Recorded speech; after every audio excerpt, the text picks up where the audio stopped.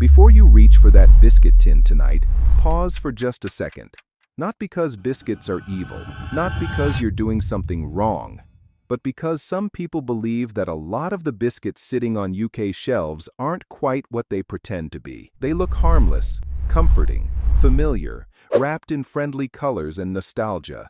Yet certain concerns exist about what might be hiding behind those cheerful packets. In the next few minutes, we're going to walk through 8 UK biscuit brands that, according to critics and commentators, might be worth avoiding, not as a hard rule, not as a medical warning, but as a thought experiment. A closer look, a way to question what we've been buying on autopilot for years. Let's start where most countdowns begin, at the bottom. Number 8. Lotus Biscoff. This one catches people off guard. Walk into almost any cafe in the UK, and there it is, placed neatly beside your coffee, as if it belongs there. Thin, crisp, caramel-scented. Some people associate it with indulgence and sophistication, not with mass production. It feels European, premium, like a small upgrade from your everyday biscuit. And that's exactly why it raises eyebrows for some critics. Because when you strip away the cafe aesthetic, some claim Biscoff is less about craftsmanship and more about clever positioning. Sweetness layered on sweetness. Texture is designed to melt fast and disappear even faster. A biscuit that doesn't really fill you up, but somehow makes you want another and another. Some people say the experience goes like this. You have one with your coffee, feel that immediate hit of sweetness, then 10 minutes later, your hand is hovering over the packet again. Not hunger, just a vague pull, a craving without a clear reason. In a hypothetical worst-case interpretation, critics argue that this kind of formulation could encourage mindless eating, not because you're weak, but because the product is engineered to be effortless to consume. Soft resistance, rapid dissolve, minimal chew, maximum repeat appeal. Again, this is an opinion, perception, but it's enough to land Biscoff at number 8 on our list. Number 7. Cadbury Chocolate Fingers. This one is deeply embedded in British culture. Lunchboxes, family gatherings.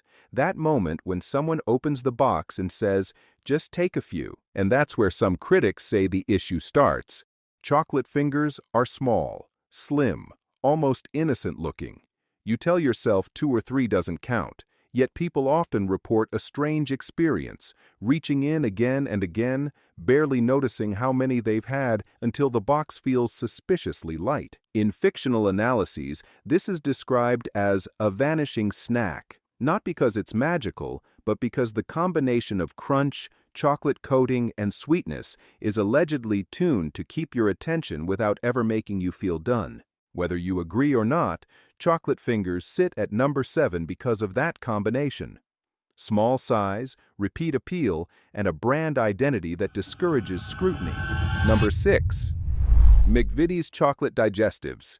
This one is controversial. For many households, this biscuit isn't a treat, it's a default. The one that's always there.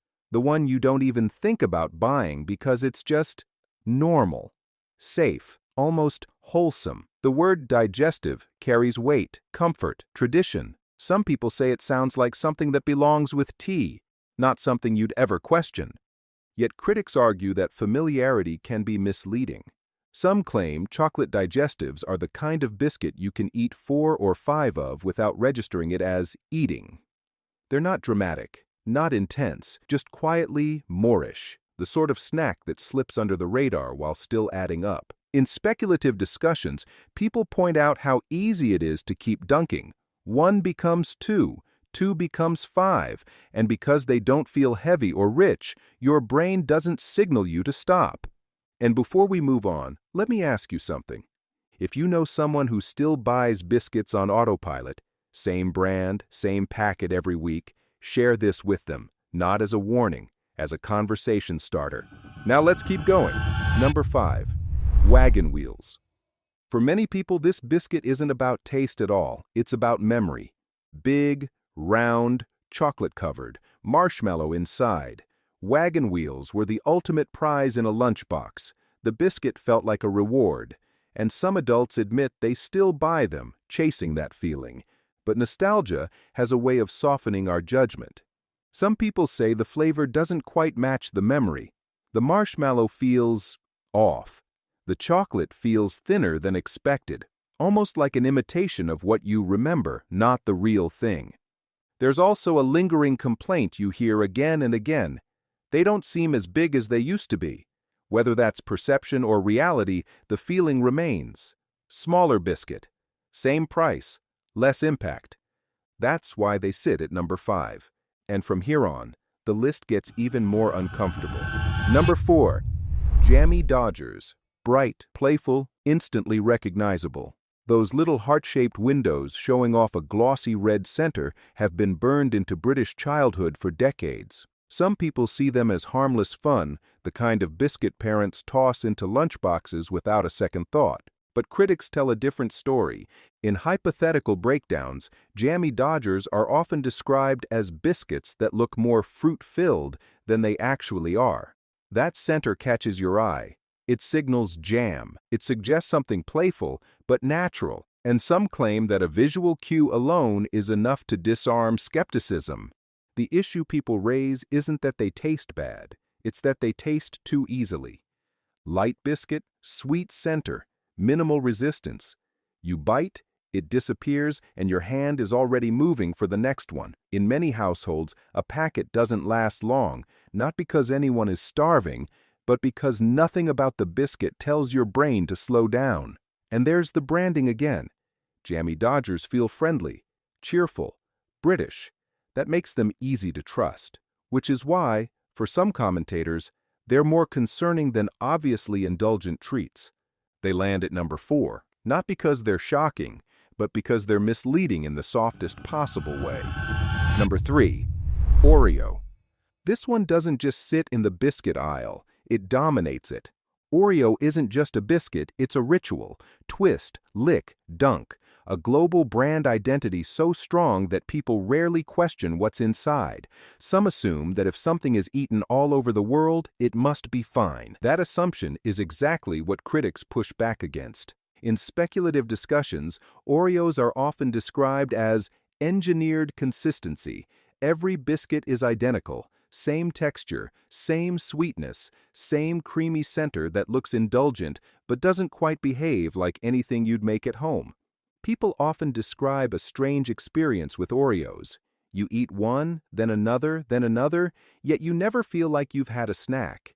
Just a series of moments. Before you realize it, half the packet is gone, and you're oddly unsatisfied. Number 2. Maryland cookies. These are marketed differently, bigger, chunkier, more indulgent. The biscuit you choose when you want something proper. Chocolate chips are visible, the thickness you can feel through the packet. Some people believe this signals value, but critics argue that perception can be deceptive.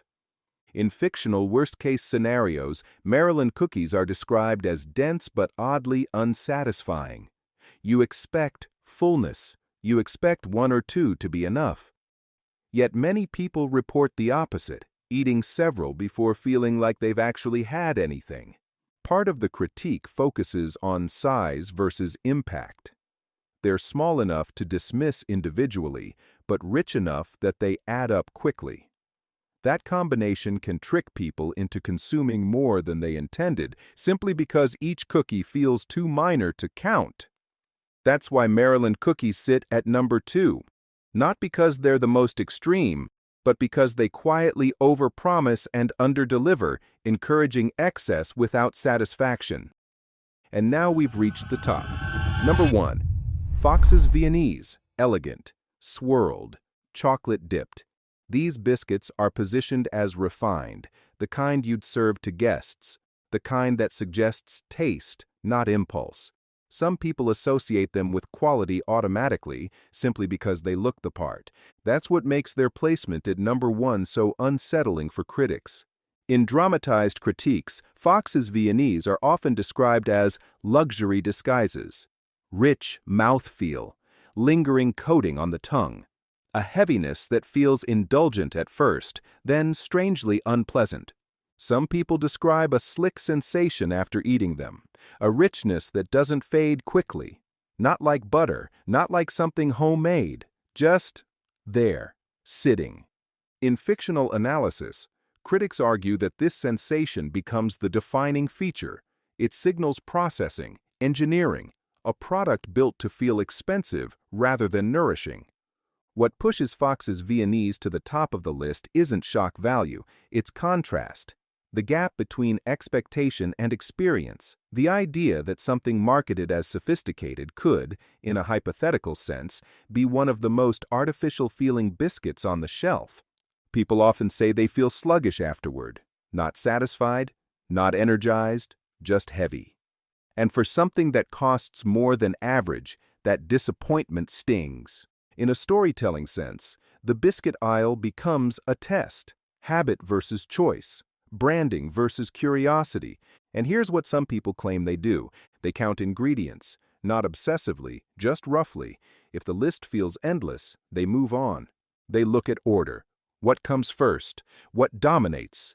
They pay attention to how they feel afterward, not during, after. Are they satisfied or searching for something else 10 minutes later? Most importantly, they stop believing that familiarity equals safety. So now I want to hear from you. Which biscuit on this list surprised you the most? Which one are you reconsidering, not because you were told to, but because something finally clicked? Drop a comment below. And if you've got a biscuit brand you think deserves a closer look, say it.